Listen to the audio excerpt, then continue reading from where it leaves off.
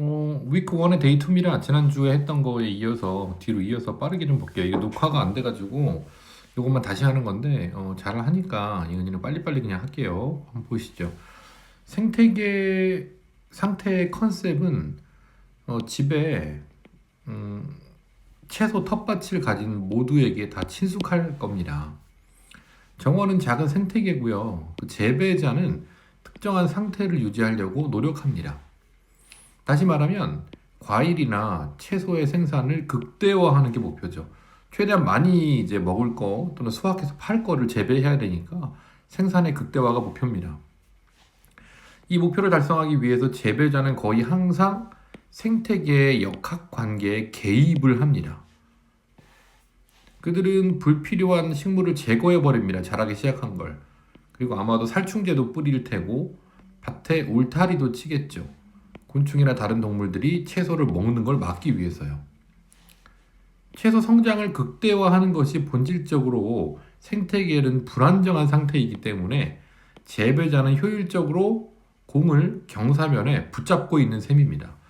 자, 채소 성장을 극대화한다는 게 자연 상태를 두는 게 아니에요. 자연을 불안정한 상태로 두는 거죠. 원래 자연 상태에서는 잡초도 자라고 길러 놓은 거 막 여기 뭐 두더지가 와서 먹기도 하고 이런 게 안정된 상태거든요. 그러니까 수확량을 극대화하기 위해서 일부러 텃밭을 불안정한 상태로 두는 거예요. 인간이 개입해서. 그러므로 본질적으로 불안정한 상태가 되는 것은 채소 성장을 극대화하기 위해서 인간이 개입했을 때 그렇게 되는 거예요. 그래서 채소 성장을 극대화한다는 게 본질적으로 좀 불안정한 상태이기 때문에 재배자는 이 공을 이렇게 경사면에서 굴러 떨어지려고 하는 걸 붙잡고 있는 거예요. 일부러 못 굴러가게. 굴러가게 되면 이제 자연의 섭리대로 가는 거잖아요. 잡초도 자라고 아까 말한 것처럼 두더지가 와서 먹기도 하고 그런 건데 붙잡고 있으면 공이 못 굴러 내려가잖아요. 그러니까 일부러 불안정한 상태로 자연에 인간이 개입해서 막고 있다는 그런 의미죠. 만약에 재배자가 그 하루만이라도 개입을 멈추면 생태계 그 땅에 있는 작은 밭은 자연스럽게 더 안정된 상태로 옮겨가게 될 것이다. 이렇게 되면 이제 그 수확량이 줄어드는 느낌이 되죠. 채소는 여전히 자라긴 자랄 거지만 수확량이 틀림없이 줄어들 겁니다. 왜냐하면 다른 식물들이 채소를 밀어내고 야생동물들이 그 농작물을 먹어버릴 거기 때문이죠. 이러한 글, 이거는 true, false 나올 가능성이 매우 큽니다. 수확량을 극대화하려면 불안정하게 생태계를 유지해야 되고 인간이 개입해야 한다는 글이에요. 다음 두 번째, 데이 2의 두 번째 글입니다. 매튜 효과라는 거. 이게 뭐냐면요. 어떤 과학자나 이런 사람들은 한 번 성공을 하면 두 번째, 세 번째, 네 번째 계속 성공을 한다는 거죠. 이렇게 계속 성공을 하는 게 이 과학자가 똑똑해서 천재라서 그럴 수도 있고 한 번 성공해서 그게 인정을 받아서 계속 그럴 수도 있고 둘 중에 하나다. 그럼 과연 매튜 효과라는 건 있는 것인가? 이러한 글입니다. 단어는 이제 한번 보시고요. 모르는 단어 있나 체크를 하시면 되고요. 내용을 좀 빠르게 보겠습니다. 위대한 과학자는 좀처럼 원히트 원더가 아닙니다. 한 번 히트치고 끝나지 않아요. 뉴턴이 대표적인 예입니다. 뉴턴의 역학을 초월하여 그는 중력 이론도 만들어냈고 미적분학도 만들어냈고 운동법칙도 만들어냈고 최적화도 만들어냈습니다. 사실상 잘 알려진 과학자들은 종종 여러 가지 디스커버리에 연루되어 있습니다. 그리고 매튜 효과로 설명되어지는 잠재적인 현상, 이런 여러 가지 발견을 한 과학자가 계속해서 한다. 이거죠. 실제로 최초의 성공을 하면 그게 과학자에게 정당성을 부여할 거다. 아, 이 사람은 잘하는 사람이야. 이 사람이 하는 건 믿을만하지. 정당성을 부여할 거고 동료의 인식을 향상시킬 것이며 어떻게 점수를 내고 승리하는지를 제공할 거고 그 지식을 그리고 사회적 지위를 높여줄 것이고 자원을 끌어올 거고 우수한 협력자들을 또 끌어올 겁니다. 이때 퀄리티는 우수한이란 뜻이에요. 이런 각각의 보상이나 보장들은 추가적으로 또 다른 성공의 가능성을 높여줍니다. 하고 여기 이제 삽입 나올 수 있는 거. 하지만 매력적인 대안이 되는 설명도 있습니다. 위대한 과학자는 여러 번 히트를 치고 지속적으로 성공합니다. 과학적 노력에서. 그건 단순히 왜 그러냐면 걔네들이 천재라서. 원래 뛰어나서 그렇다. 이게 두 번째 설명인 거예요. 첫 번째 설명은 정당성이 있어 그렇다. 한번 성공을 하면. 인정받고 막 좋은 사람도 옆에 딱 달라붙고 이렇게. 두 번째는 그 사람이 원래 천재라서 그렇다. 이게 두 가지가 있는 거예요. 그러므로 미래의 성공은 다시 이전에 성공을 했던 사람에게로 돌아간다. 이전의 성공이 제공해준 어드밴티지 때문이 아니라 그냥 그들이 이전의 성공이 숨겨진 재능을 나타내는 것이었기 때문이다. 원래 천재라서. 매튜 효과는 퍼짓, 상정한다, 가정한다. 성공 하나만으로 성공의 미래의 성공 가능성을 높인다라고 가정한다. 그리고 의문을 제기한다. 상태가 결과를 지배하는가? 상태가 결과를 지배한다는 건 뭐예요? 아까 두 가지 가능성 중에 이 첫 번째죠. 성공을 하면 정당성이 부여되고 이런 좋은 효과들이 생기는 거. 이게 이제 첫 번째, 이 질문에 대한 것이 되겠고요. 두 번째는 단순히 그게 기저에 놓여 있는 재능이나 어떤 자질 이런 걸 반영하는 건가? 천재라서 그런 건가? 이게 두 번째 거죠. 원래 천재라서. 다시 말하면 매튜 효과는 진짜로 있는 것인가? 하고 질문을 던지면서 글이 끝납니다. 자, 이번에는 데이터의 3번이에요. 제스처라는 게 생각보다 되게 중요한 역할을 한다. 사고나 언어 표현에서. 그러한 글입니다. 단어는 이러한 것들이 있어요. 한번 내용을 볼까요? 우리가 뭔가 실수로 잘못한 것을 말해버렸다는 걸 깨달았을 때, 말 잘못했다. 그럼 우리는 멈춥니다. 그걸 수정하기 위해 돌아가기 위해서 멈춥니다. 이때는 퍼즈가 스탑인데 스탑 투부정사예요. 돌아가기 위해서 멈춥니다. 우리가 말하는 걸 멈추기 전에 엄청나게 짧은 시간 그 말하는 거 멈추기 전에 제스처를 먼저 멈춥니다. 그러한 순서를 보게 되면 그 순서가 나타내는 것은 놀라운 개념입니다. 우리의 손이 우리의 의식적인 마음이 알고 있는 것 또는 말하려고 하는 거 그거를 손이 먼저 알고 있다는 거죠. 그리고 사실상 이것은 종종 꽤 그런 케이스가 있습니다. 제스처는 정신적으로 어떤 단어를 준비시킵니다. 올바른 단어가 우리의 입술에 도달할 수 있도록 준비를 시킵니다. 사람들이 제스처를 못하게 방해를 받으면 그들은 유창하게 말을 못합니다. 그들의 말은 중단되고요. 왜냐하면 손이 더 이상 그들에게 다음 단어, 그 다음 단어를 제공을 못 해주거든요. 제스처를 할 수 없게 된다는 것은 다른 해로운 영향도 끼칩니다. 정신적 처리 과정을 도와줄 제스처가 없다면, 만약에 없으면 우리는 정보를 좀 덜 기억합니다. 유용한 정보를 덜 기억하고요. 문제 해결을 덜 잘하게 됩니다. 그리고 우리는 우리의 사고로 설명을 좀 덜 할 수 있습니다. 연설의 어설픈 동반자로서 이 제스처가 뒤따라가는 거가 아니고 그거랑 거리가 멀고 제스처는 나타냅니다. 우리의 생각의 리딩 엣지, 우위, 선도적인 위치 이거를 제스처가 갖고 있습니다. 제스처는 그냥 말하는 거에 동반자가 아니고요. 우리의 사고를 선도하는 강점이다. 제스처의 중요성에 관한 글입니다. 자, 이번에는 데이 2의 4예요. 철학적 토론을 할 때 특별히 정의를 내리거나 그런 용어가 필요한 경우가 있다라는 글이고요. 단어가 여기 이런 것들이 있습니다. 조심해야 되는 게 여기 잘못됐어요. 꼭 지우셔야 되고요. 스티뮬러티브가 아니라 스티퓰러티브예요. 스티퓰러티브는 이따 말해주겠지만 약정적인, 서로 약속한 이런 단어입니다. 이거 시험 나올 것 같아요. 스티퓰러티브 매우 중요합니다. 자, 그럼 내용을 좀 볼까요? 내용을 보겠습니다. 첫 번째 문장, 일반적인 규칙으로 일반적인 상황에서 당신이 내린 정의 있죠. 어떤 단어의 정의를 내릴 거 아니에요. 그게 그 용어가 당신의 주장이 연관성이 있는 그런 논쟁에서 일반적으로 사용되어지는 그런 방식과 최대한 비슷하게 상응한다면 그럼 정말 좋다. 당신이 생각하는 그 어떤 단어의 정의가 일반적인 정의 있죠. 내가 뭐 주장하고 싶은데 거기서 정의가 있을 거 아니에요. 그 정의랑 내가 내린 정의랑 비슷하면은 뭐 최고죠. 그 얘기입니다. 전치사 플러스 관계대명사, 전치사 플러스 관계대명사. 그리고 여기는 close 아니라 closely예요. 그리고 여기 to which가 들어가는 거는 pertinent to가 뭐뭐와 관련이 있는 이라는 뜻이거든요. 이 to가 이제 일로 간 거죠. 하지만 적절한 경우가 있습니다. 심지어는 필요한 경우도 있어요. 뭘? 특별한 사용을 만들어내는 게 필요할 수 있어요. 철학자들이 그거를 stipulative definition이라고 부릅니다. 약정적인 규정이라고 불러요. 약정적인 규정 또는 약정적인 어떤 정의, 규정적 정의란 뜻이고요. 단어의 의미를 새로 정해서 쓰는 거예요. 어떤 단어가 딱 있으면 그 단어를 우리 앞으로 이렇게 사용하자, 이 단어는 약속을 하는 겁니다. 그거를 약정적 정의라고 합니다. 얘 시험 나올 것 같아요. 조심하셔야 됩니다. 이것은 어떤 경우냐면요. 현재의 언어가, 현재의 어휘가 철학적으로 당신이 생각할 때 중요하다고 생각되는 구분을 할 수 없는 경우에 그런 경우가 생깁니다. 예를 들면 우리가 일반적인 언어에서는 용어를 가지고 있질 않아요. 기억을 묘사하는 용어. 기억은 기억인데 그게 그 기억을 가지고 있는 사람이 경험을 했었던 무언가의 기억이 아닌, 기억 같은데 기억이 아닌 뭔가 애매모호한 그런 거 있죠. 근데 이게 내 기억인가, 누가 말해준 건가, 남의 기억인가, 이렇게 애매한 기억이죠. 그런 경우에 사용됩니다.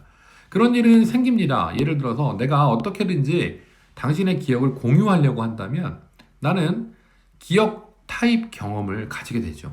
하지만 이것이 내가 실제로 경험한 것은 아니에요. 간접 경험인 거지 그냥. 그죠? 그래서 뭔가 내가 기억하는 것처럼 느끼는 것 뿐이지. 예를 들면 어렸을 때 봤던 영화 속 장면 있죠. 그 자기가 했던 어린 시절 바닷가 여행 기억이 뭔가 막 섞이죠. 섞여서 겪은 일처럼 기억하는 거죠. 그거 실제로 겪은 게 아닌데 거짓 기억인 거죠, 일종의. 이럴 때는 이런 거를 우리가 뭐라고 하냐면 유사 기억이라고 하고요. 그렇게 해서 만들어낸 용어가 있다면 그 용어는 약정적인 정의를 가지게 된다라고 합니다. 이거를 기억이라고 만약에 부르게 되면, 이건 기억이야. 네가 어릴 때 바닷가에서 놀았던 거하고 영화에서 바닷가에서 뛰어노는 거 본 거하고 그거 똑같이 그 기억입니다. 이렇게 하면 두 개 다른 거기 때문에 오해의 소지가 있게 되죠. 이런 이유로 철학자들은 특별한 용어를 만들었습니다. 바로 유사기억이란 용어를 만들었어요. 이러한 가상적인 기억과 비슷한 경험을 언급하기 위해서 유사기억이라는 걸 만들어냈습니다. 영어과는 이거 알아야 돼요. 쿼지 메모리, 유사기억이라는 용어를 만들어냈습니다. 자, 이 데이 2의 마지막 5, 6은 이제 두 개 합쳐서 하나 지문, 좀 긴 거 있죠. 장문, 중문, 독해 이런 건데요. 이거는 전력 체계랑 전기 모터 기술이 발전을 했는데도 1900년대 제조업자들은 자체 전력 생산 방식을 이렇게 선호했다. 그냥 그러한 글입니다. 특별하게 뭐 인문학적으로는 크게 의미가 없는데 단어 먼저 보시죠. 단어 여기 있습니다. 자, 모르는 단어 체크합시다. Electric, practical, manufacturer, advanced, affordable, 저렴한. 그리고 expansion, 증가. expertise, 전문 지식.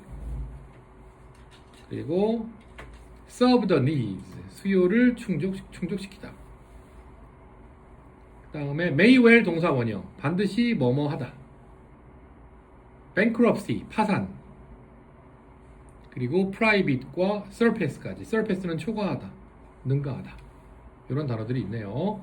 내용을 한번 바로 보시죠. 첫 번째 문장 보겠습니다. 네, 길기만 길지 별로 복잡한 내용은 없어요. 조금만 더 크게. 오케이, 됐죠. 자, 보시죠. 1900년에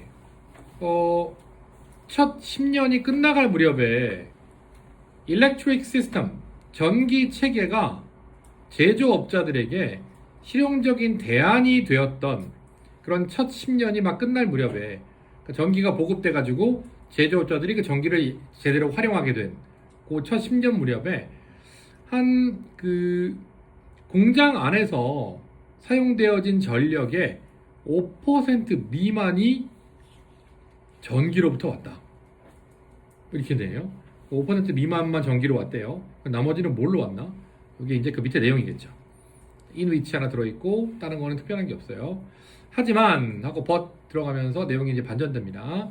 하지만 전력 공급자의 기술적인 진보들이 전기 시스템과 전기 모터를 더 저렴하게 만들었고 신뢰할 만하게 만들었다.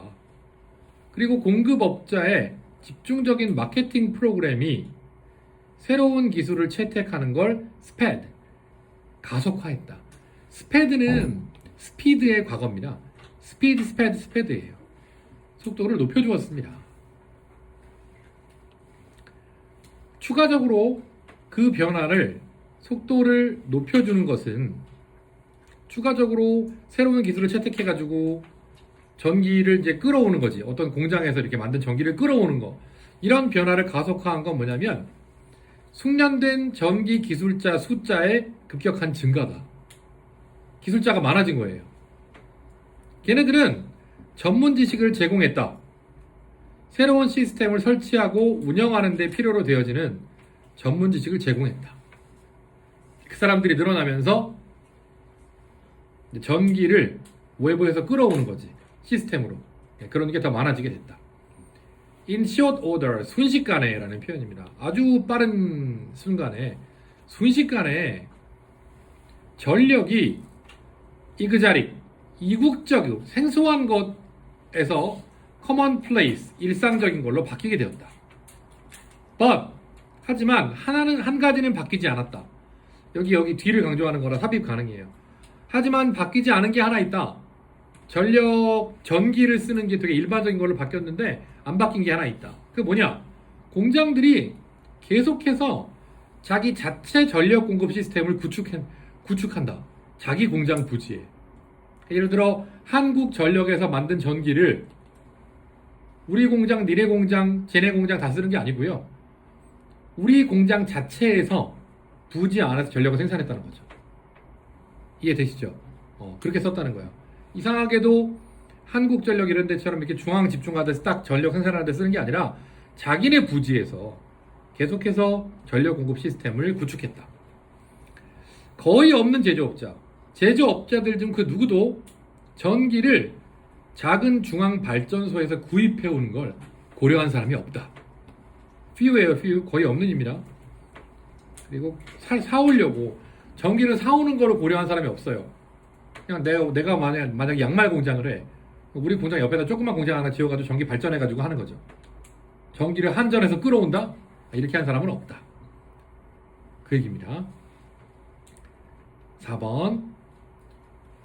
지역의 가정과 상점들에 조명을 공급하도록 디자인되어지면서 분사구문. 여기다가 전기를 공급하도록 디자인되어진 중앙 발전소는 크기도 기술도 가지고 있지 않았다. 큰 공장의 수요에 이바지하는 그럴 만한 사이즈도 안 됐고 뭐 한전처럼 규모가 큰 것도 아니고 소규모 발전소라서 사이즈도 작았고 기술도 없었다. 그 당시에는. 그래서 그냥 공장 자체에서 전기를 발전해서 쓰는 게 낫다. 크기도 작고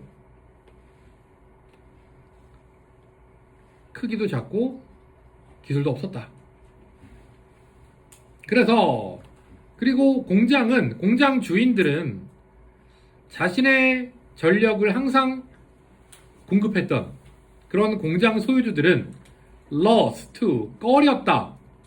그러한 중요한 기능을 외부인에게 맡기는 걸 꺼렸다. 외부에 전기 전문 공급 업체가 있는데 여기다 맡겨? 아니 여기 못 믿어. 여기 영세하고 기술자도 없대. 맡기는 걸 꺼렸다. 꺼리다라는 표현 있죠? 꺼리다라는 표현 이겁니다. be lost to. 이 lost를 다른 말로 바꾸면 꺼리다. 바꾸면 두 개 있는데 하나는 reluctant. 하나 더 하면 unwilling. 하나 더 하면 hesitant. 머뭇거리는, 꺼리는 세 가지 표현이 있습니다. lost는 좀 어려운 단어잖아요, 그죠? 동의어가 세 개나 더 있다는 거를 꼭 체크하셔야 돼요. 머뭇거리는, 꺼리는. 꺼렸다. 외부에다가 전기 전문 업체에다 전기 공급을 맡긴다? 안 돼. 꺼렸다. 다음 5번 문장. They knew. 그 공장주들은 알고 있었다. 전력 공급의 glitch, 결함이 있어가지고 그게 공장 운영을 멈추게 할지도 모른다는 걸 알았다. glitch, 결함. 잘못된 부분. 오류가 분명히 있어. 그래서 그게 오퍼레이션을 멈추게 할지도 모른다는 걸 알았대요. 그리고 lot of glitches, 수많은 결함들이 반드시 파산을 의미하는 수많은 결함이 있으면 그건 반드시 파산을 의미하는 거다. 당연히 파산이다. may well 동사 원형. 뭐뭐 하는 것도 당연하다. 당연히 파산을 의미한다. 글리치가 열나 많아? 글리치가 많아? 당연히 파산이지. 이렇게 되는 거죠.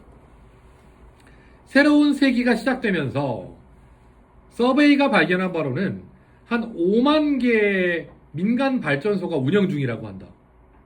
그거는 3,600개의 중앙 발전소를 서페싱, 초과하는 것이었다. 그 당시에는. 그러니까 지금은 안 그렇겠죠. 그러나 그 당시에는 민간 발전소가 훨씬 많았나 봐요. 중앙 발전소가 3,600개. 민간이 운영하는 우리 종갓집 김치공장 전기 발전소. 이런 식으로 된 거.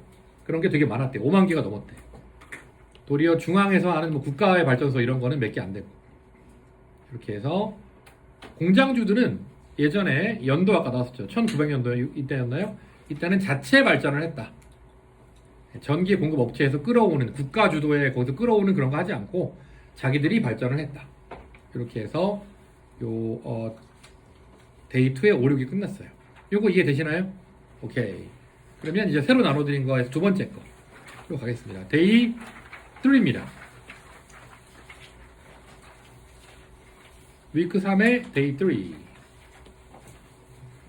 비작, 시명령, 비작, 시명. 데이 3. 데이 3. 오케이. 데이 3의 1번. 이거 맞죠? 자, 보시죠. 이거는 뭐냐면, 그 관대하다는 거 있죠. 그게 관대하고 굉장히 착하고 막 이런 거 있죠. 이게 일시적으로 되는 게 아니다. 그건 정서적인 습관이다라는 거예요. 그건. 관대함이라는 거, 누가 뭐 관대해지는 약을 먹어가지고 하루만 관대해지는 건 의미가 없다. 그러한 글입니다. 단어부터 보겠습니다. 단어 보시죠. 스틴지, 스틴지 들어봤죠? 인색한, 구두쇠, 스틴지. delight, present, generosity 알죠? 관대함. 부스터, 촉진제. generous, 관대한. moral, 도덕적인. identity, 정체성. virtue, 미덕. impulse, 충동. pop, 어필, 약을 복용하다 하는 단어들이 있네요. 세훈이 잔다. 아니에요? 오케이. 표시. 오케이. 그럼 내용 가겠습니다. 내용. 자, 보겠습니다. 첫 번째 문장. 상상해 보세요. 한번. 상상해 보세요. 당신의 평소에는 인색한 친구가 delights in, 기쁘게 사줍니다. 당신에게 크리스마스 선물을 줘요. 근데 관대함 촉진제를 먹은 뒤에, 관대함 촉진제라는 약이 있다 쳐봐요. 그걸 먹은 다음에 갑자기 나한테 선물을 줘. 그러면 어떻게 느낍니까? 의심할 여지 없이 뭔가 그 행동은 praiseworthy, 칭찬할 만한 값어치가 있는 행동인 건 맞죠? 당신은 그 선물을 받으면 기쁠 겁니다. 아마 땡큐라고 말하겠죠. 그리고 mean it, 좀 맞아요. 의미가 있습니다. 네, 의미가 있습니다. 진지하게 말한 거예요. 의미가 있습니다. 하지만 그런데 알약 먹고 선물 준 것도 고마워요. 그렇긴 한데 그의 마음의 변화가 완전히 만족스럽게 하는 것은 아닙니다. 약 먹고 한 번 잘해주는 게 그렇게 만족스럽게 하는 건 아니에요. 제그제브스키에 따르면, 미국의 철학자인데요. 그 사람에 따르면 그렇게 약 먹고 도와준 그 친구는 진정으로 관대한 게 아닙니다. 우리가 누군가의 캐릭터를 칭찬할 때 우리는 다양한 미덕에 대한 단어들을 사용합니다. 제너러스하다, 카인드하다, 커레이지어스하다 등등을 사용하죠. 하나의 선물을 주는 사람이 isn't generous, 관대한 건 아닙니다. 대신에 그런 건 아니고요. 선물 줬다고 관대한 게 아니고요. 대신에 관대함이란 안정된 부분이에요. 어떤 사람의 도덕적 정체성에서 스테이블한 파트입니다. 안정적으로 관대해야 돼요. 약 먹고 하루만 관대하는 건 그건 아니에요. 안정적인 부분입니다. 도덕적 정체성이 안정된 부분입니다. 그것은 감정적인 습관인데요. 당신이 누구인지의 일부분인 어떤 감정적 습관입니다. 일종의 관대함도 습관이래요. 그러므로 virtues 미덕이란 비전형적인 충동과는 대조적으로 미덕은 개인의 역사의 결과입니다.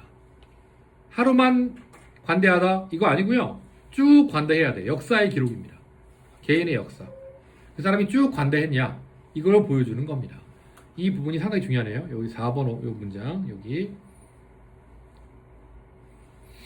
그것들에는 당신이 누구인지에 대한 일부분입니다. 그것들은. 그리고 그것들은 당신의 캐릭터가 어떻게 형성되었는지의 일부분이기도 하고요. 그러므로 인스턴트 버츄, 일시적인 미덕은 그러므로 불가능한 겁니다. 그런 거 없어요. 일시적인 미덕 같은 거는 없는 겁니다. 알약을 먹는 것은 당신을 더 좋은 사람으로 만들어줄 수는 없습니다. 제너러스하다 말하려면 꾸준하게 제너러스 해야 됩니다. 그게 개인의 역사의 결과여야만 됩니다. 어떤 건지 이해되시죠? 한 번만 잘해주는 건 필요 없는 거예요. 관대한 게 아닌 거예요. 됐죠? 이렇게 해서 데이 3의 1번까지 봤습니다. 다음 페이지. 질문 없죠? 이건 어렵지 않죠? 데이 3의 두 번째. 이거 애매하게 나오는 내용인데 크게 어렵진 않습니다. 이건 뭐냐면 독서죠. 독서, 리딩. 독서는 야, 독서가 뭐야? 할 때 독서는 이런 거야 하고 말할 수 없고요. 광범위한 스펙트럼이다. 독서는. 그러한 글입니다. 이거는 단어 먼저 보겠습니다. 모르는 거 있나 보시죠. argue, consistent, concept, productive, loosely, 헐겁게 owing to 때문에 edge case, 특이 사례들 expensive, 광범위한 accommodate, 수용하다 이런 단어들이 있네요. 한번 볼까요? 첫 번째 문장 몇몇 사람들은 주장합니다. 몇몇 사람들이 주장하는 바에 따르면 하나의 논리적으로 일관성 있는 컨셉이 있습니다. 독서로서 알려진 그런 논리적으로 일관된 컨셉이 하나 있어요. 그거는 깔끔하게 책과 관련돼서 사람들이 하는 그런 모든 것과 따로 구별되어지는 깔끔하게 책을 가지고 하는 행동 여러 개 있을 거 아니에요? 그 중에서 독서 이렇게 하면 그게 깔끔하게 식별되는 그런 거래요. 독서란 이런 것이다. 이렇게 깔끔하게 식별되는 바로 그러한 일관된 컨셉이다라고 한다. 네, 논리적으로 일관된 컨셉이다. 독서라고 하는 건.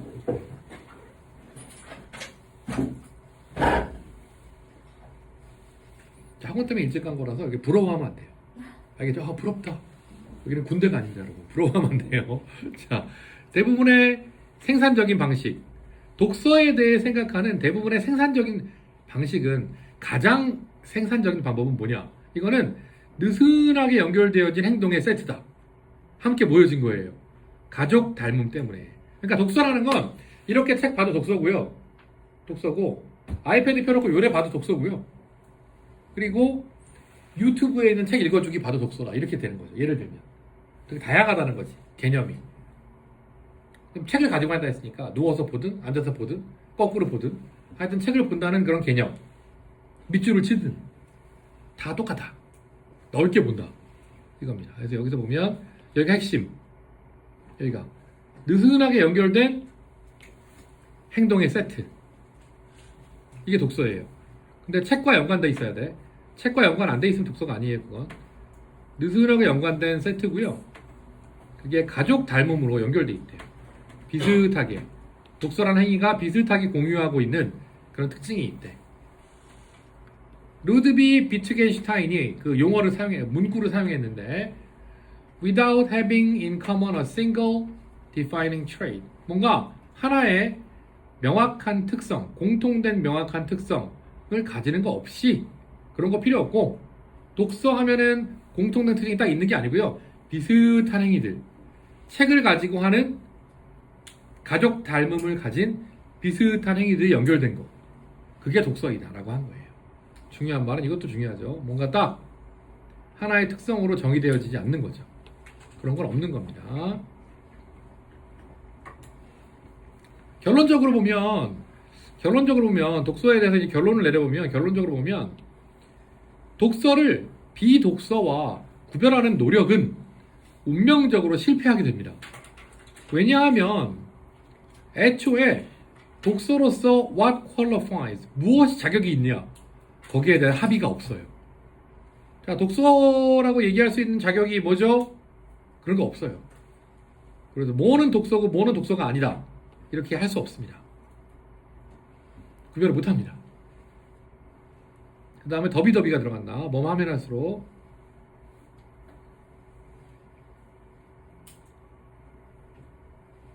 자, 누군가가 독서와 비독서 사이에 경계를 어디에 둘까 하는 걸 알아내려고 노력하면 할수록 엣지 케이스, 극단적인 사례가 발견될 것이다. 그 독서라는 용어의 융통성 있는 경계를 늘리는 야 이것도 독서잖아. 독서 아니야 이거? 절벽 위에 누워가지고 책 펼쳐놓고 거꾸로 놓고 보는데 독서 맞지? 독서지. 극단적인 사례. 이것도 독서라는 걸 정의할 때 경계를 좀 넓혀줄 수 있습니다. 엣지 케이스 중요한 단어 엣지 케이스 극단적 사례 특이 사례 does 그러므로 독서는 그렇게 두리뭉실한 개념이므로 그러므로 it is worth attempting 시도해 볼 만한 가치가 있습니다.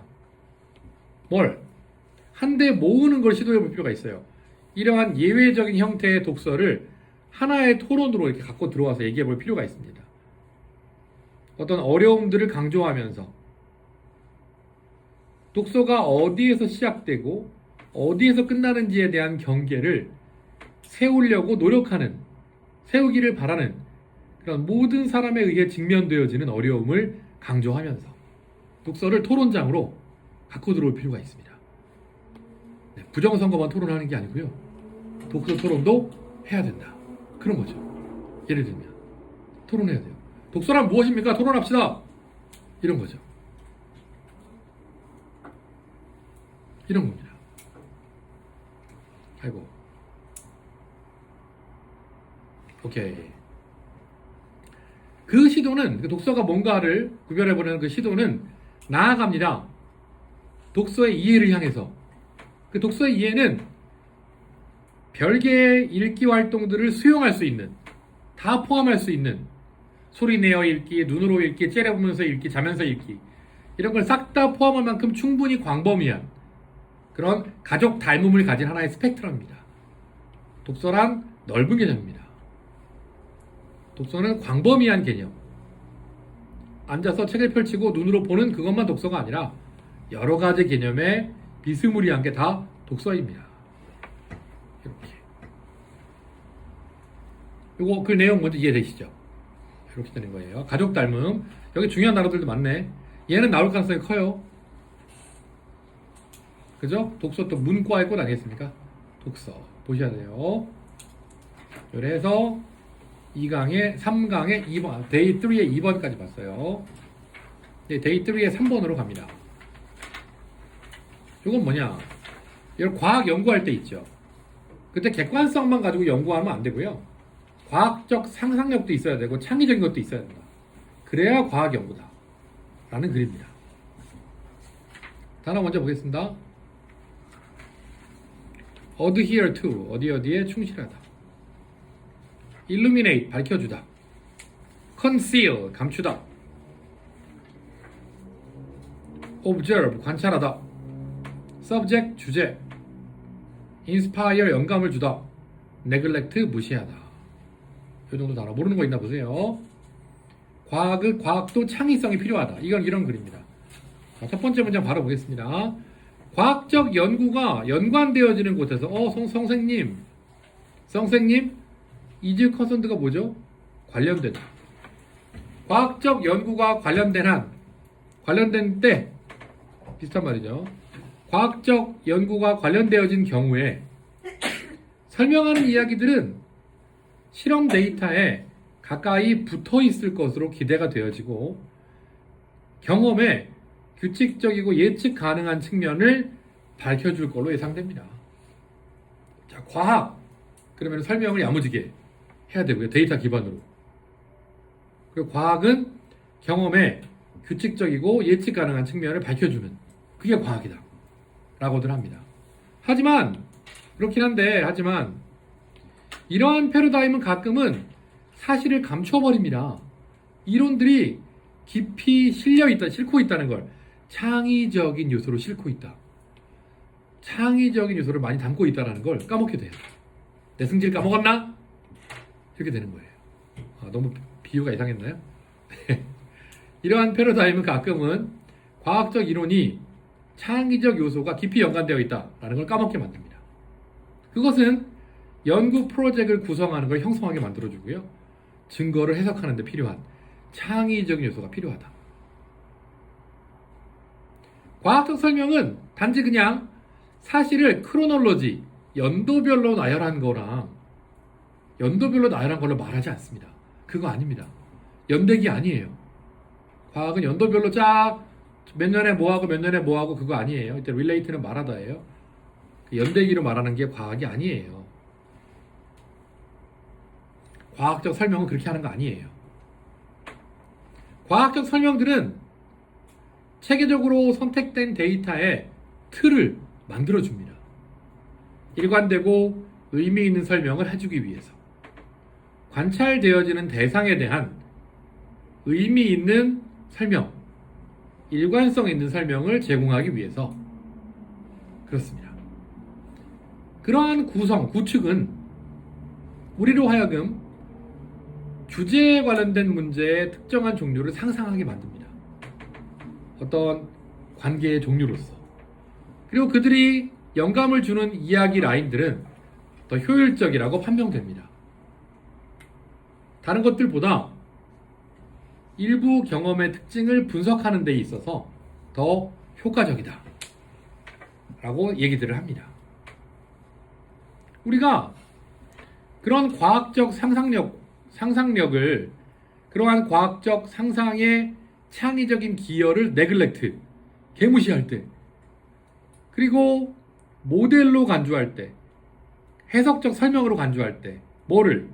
단순한 사실만 과학적 사실이다, 모델이다 라고 하게 될 때, 심지어 더 심하게 하게 될 때, 그때 모든 현실을 포함한 사실들, 이런 것들로서 우리는 사실만 강조하다가는 우리 스스로를 블라인드하게 만듭니다.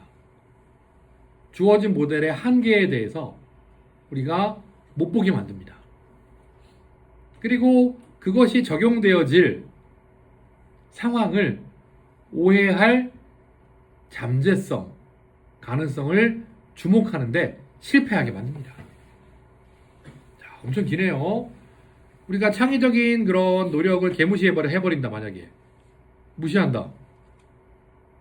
상상력 필요 없어, 과학에서는. 그렇게 한다. 그리고 단순한 사실 있죠. 이것만 과학이다.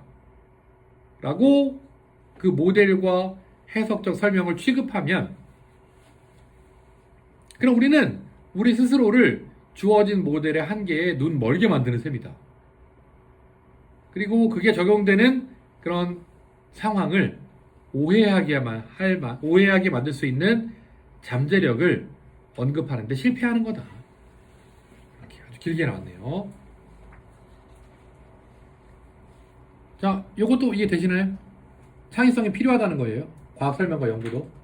이해되시죠? 이 부분이 좀 어렵다. 여기 뒤에. 여기 좀 어렵습니다. 여기 야무지게 표시 해주시고 헷갈리는 거 다 정리하시고.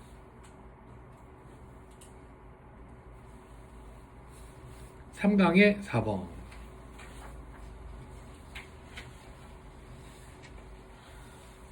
너무 졸리다. 맞죠? 졸리죠? 쥐약인데? 3강의 4까지는 하고 싶은데. 내가 졸려. 탈진.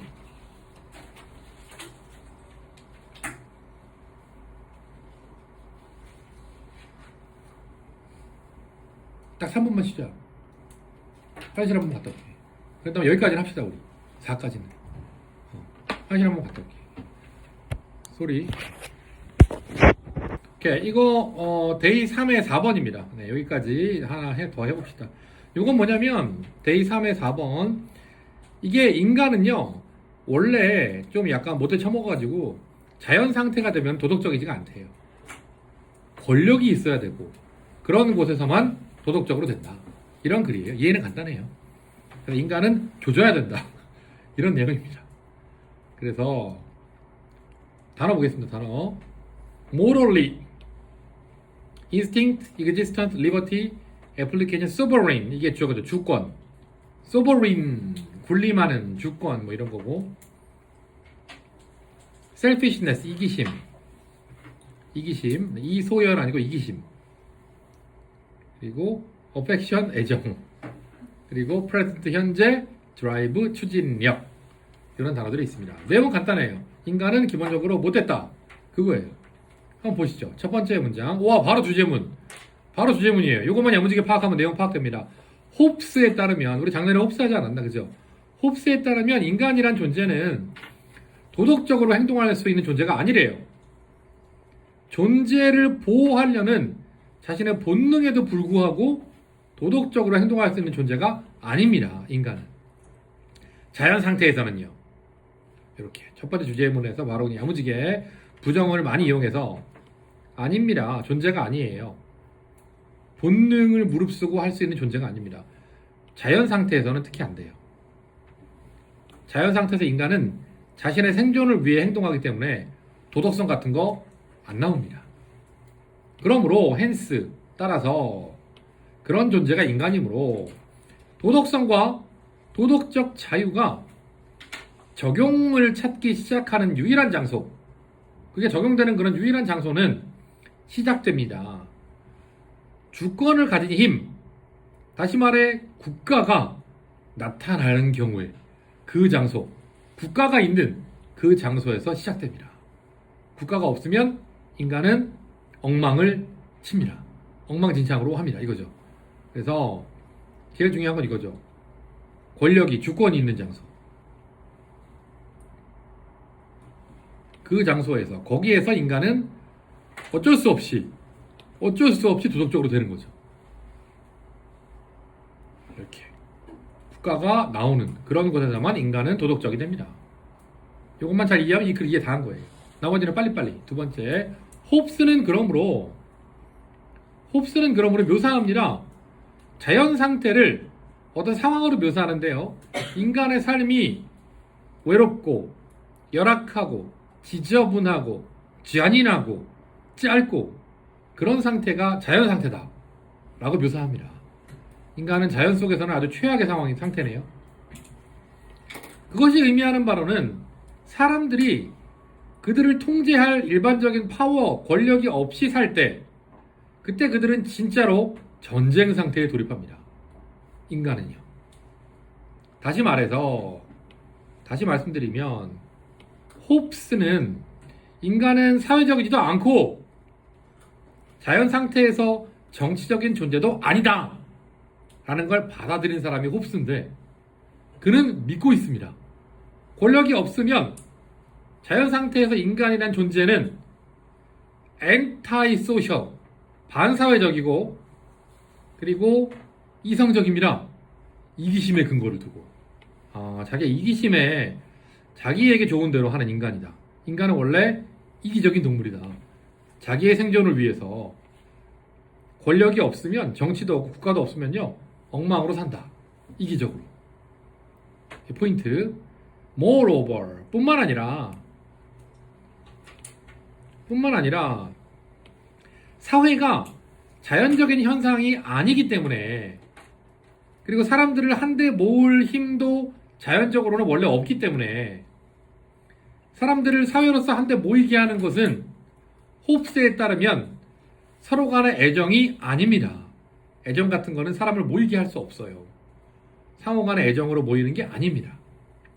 오히려 애정이 아니고요. 오히려 자 중요합니다. 자 여기 이게 핵심이에요. 사람들을 모이게 하는 건 뭐가 모이게 한다? 바로 인간의 현재와 미래에 대한 두려움. 상호 간의 두려움. 무서워서 모이는 거예요. 내가 나중에 죽으면 어떡하지? 나 혼자 왕따가 돼가지고 이런 느낌. 두려움. 이게 인간을 assembles them, 뭉치게 합니다.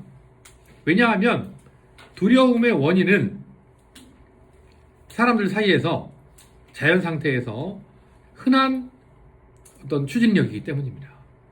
그러므로 두려움이 기본적으로 사람들을 모이게 만듭니다. 이게 제일 중요한 말입니다. 요거. 인간은 자연 상태에서는 맛이 가는 반사회적인 존재다. 이렇게 되는 거죠. 네, 그것만 잘 이해하면 여기는 어렵지 않다. 이 질문 이해되시나요? 됐나요? 오케이. 혹시라도 하다가 잘 모르겠는데 혼자 하니까 그러면 언제든지 질문을 톡으로 하시면은 설명 다 해드릴게요. 더 했으면 좋긴 한데 일단 이 정도만 오늘은 하고요. 그리고 한 번 왔을 때 목표는 10개인데 조금 한 8개, 9개 정도까지 해도 괜찮을 것 같아요. 이렇게 오늘 이렇게 해놓고 숙제 적어드리면서 마칠 테니까 아직 잠깐 가지 말고 계셔보세요.